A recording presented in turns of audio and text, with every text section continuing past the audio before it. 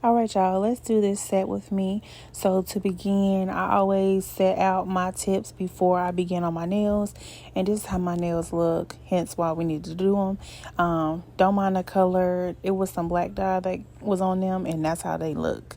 So I'm got the tips on, and I always just like take a step back and look at them to make sure they are evenly put on. There's not none that's leaning to the side or anything like that before I start to cut them. And this is my nail clipper, and I ended up gluing the magnet to there, and I did that because it makes it easier for when I'm cutting the nails to make sure that the magnets can adhere to the center, because sometimes they can shift and move.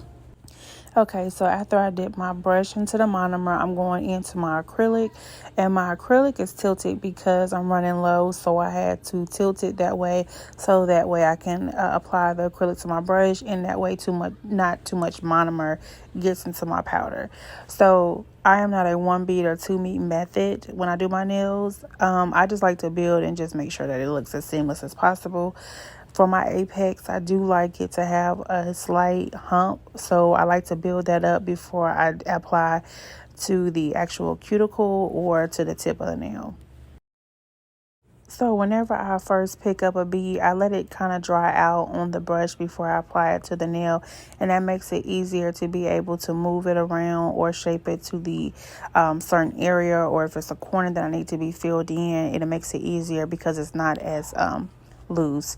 And I'm sorry for the disfocus here. My camera kept trying to focus, but as I was moving, it would go in and out. But for the most part, that is all I'm doing in these steps, just repeating those two processes and going to each nail.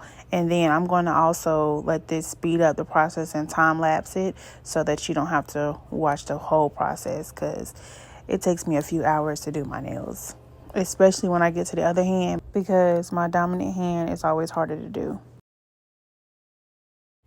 All right, so these are how my nails look without being shaped, buffed, or drilled. So for the most part, they look really good, but I'm just going to clean them up some more by buffing and shaping them out.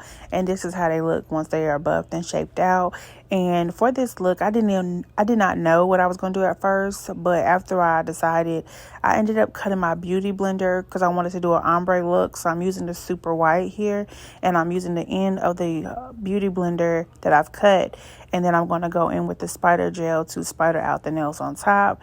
And I'm going to go in with my top coat to just seal it in, and this is how the nails look when I'm finished.